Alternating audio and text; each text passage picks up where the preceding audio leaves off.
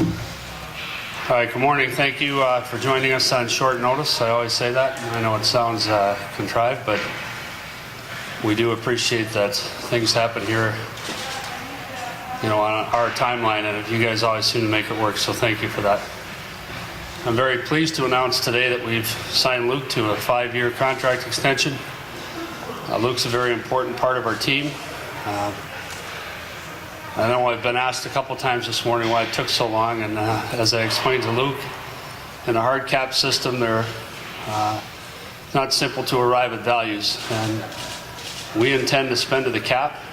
We have not spent to the cap since I've been here because I haven't seen the value in it, but that's why you have to work hard on these contracts. And Don Meehan's group did a real good job on Luke's side, and Claude Loisel did a real good job on our side, and I think the deal that's reached is fair.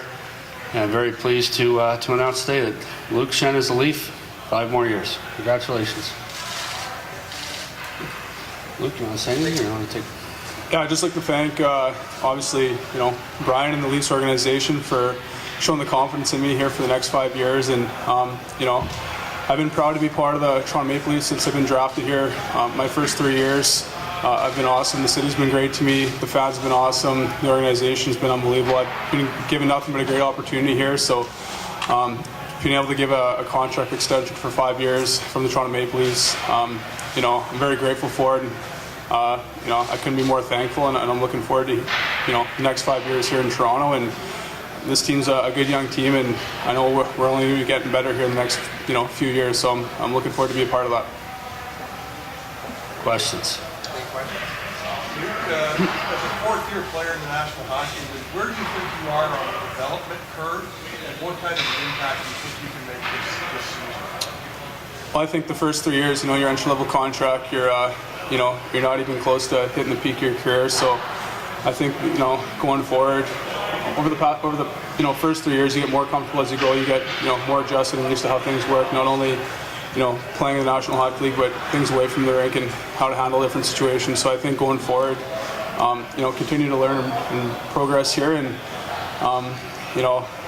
still, I guess, a young guy at 21 years old right now. So hopefully the next 5 years you start to kind of get into your peak of your career. And I think they say for a defenseman, it doesn't happen until around 27, 28 years old. So I think still got a lot more to give here, and I'm excited for the next 5 years. Every hockey player wants to raise his hand and talk. Do you see that in the next 5 years, saying that this club? Well, I mean, you're not going to predict anything for sure, but I know that we're definitely on the right track. And since I've been here, this is definitely the most competitive we've been here so far. And there's been great moves and a whole bunch of turnover in the past 3 years since I've started here. But there's no question that I think everyone's excited for the year and optimistic going into every year. But this year definitely feels a lot different just because of the way we ended last year. And we got a lot of those guys coming back, and just that extra year of experience should help everyone. So I think we're definitely on the right track, and not only becoming a playoff team, but hopefully going above and beyond that. And Brian, can you look ahead these next 5 years now that you have Luke signed up? Why is this team where it's going in the next 5 years? Well, those types of projections and predictions I generally leave to you folks. I think as a general manager, your job is to improve your team and build your team, and I've never changed my philosophy, which has been that unless you can keep the puck out of your own net, you're not going to have a championship team. It's like, to me, it's like pitching in baseball. You can have 8 Hall of Famers in the field. If you don't have pitching, you're not going to win. And in my mind, championship teams start on the back end of the rink, and I think this group we put together on the blue line is as competitive as anybody has. We believe in our goaltenders, so we think the forward group, we've added to it. So we're looking forward to the season. Brian, why were you more inclined towards going longer term as opposed to something maybe 3 years?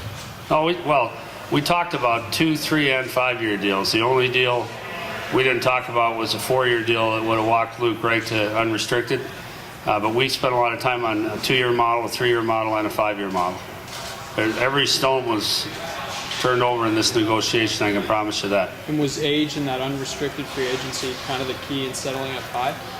Well, I think the key is for Luke, a player has to feel he's being treated fairly, and for us, we want to pay what's fair. We don't want to pay more than what's fair, but we want to pay what's fair. So it's not always easy to arrive at that number. You know, it doesn't mean the player's being greedy, and it doesn't mean the team is being, you know, parsimonious. It's a case where you have to go through this process sometimes to get to the right number. So it was a lengthy process. It was a difficult process, but I'm really happy where we are, and I believe Luke is too. Brian, what do you see as Luke's upside? Having seen him play 3 years now, you see him adjust to the league. What's his upside? Well, I don't want to embarrass Luke. What you see is a classic, hard-nosed, shut-down Canadian defenseman.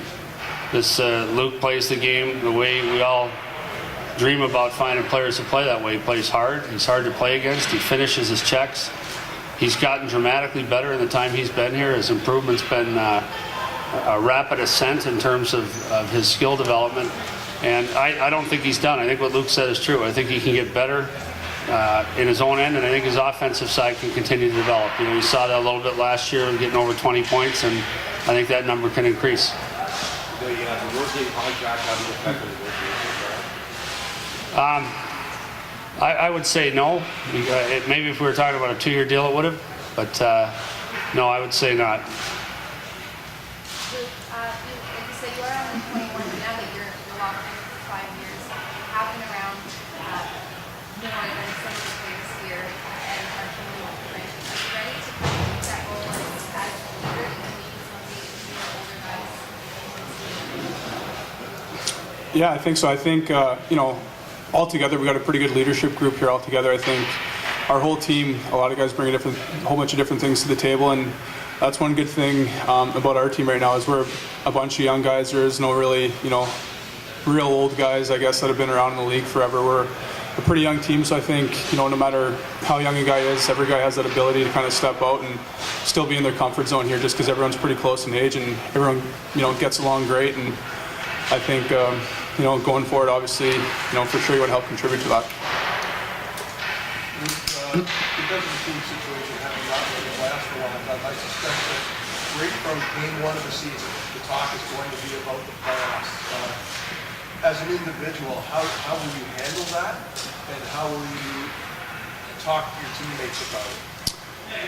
Yeah, well, there's no question. I mean, you get asked just about every day being around Toronto, if you're going to make the playoffs, and there's no question that we all want to be here or be in the playoffs, and there's no question that we're sick of watching it every year on TV. So I think everyone's obviously everyone talks about how long the playoff drought's been here in Toronto, but I think in fairness, we got a bunch of new faces that are trying to get the job done together here ourselves, and it's not fair to look too far in the past because most of the guys here haven't been around for more than 2 years. So I think the group internally, no one wants to look to the outside and look for answers outside the locker room that we got and the team we got to get into the playoffs. I think everyone wants to get the job done themselves in there, and I'm just excited to be a part of that. And I want to say too, I said this to the media late last year, and I've told our players this.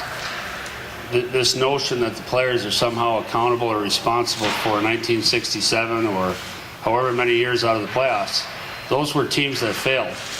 This group, I've told them this and I'll say it again today, this group is accountable and responsible for what they've accomplished since they put on the sweater here, not for what happened before. We're not focused on failure from past years or past decades.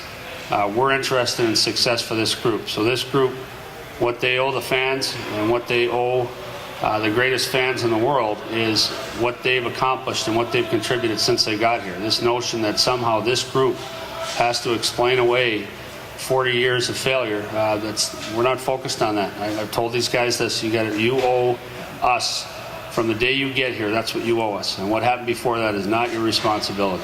I think it's become a weight on our team, and we're trying to get away from that. Let's worry about what we do as a group, not what's happened or not happened in the past.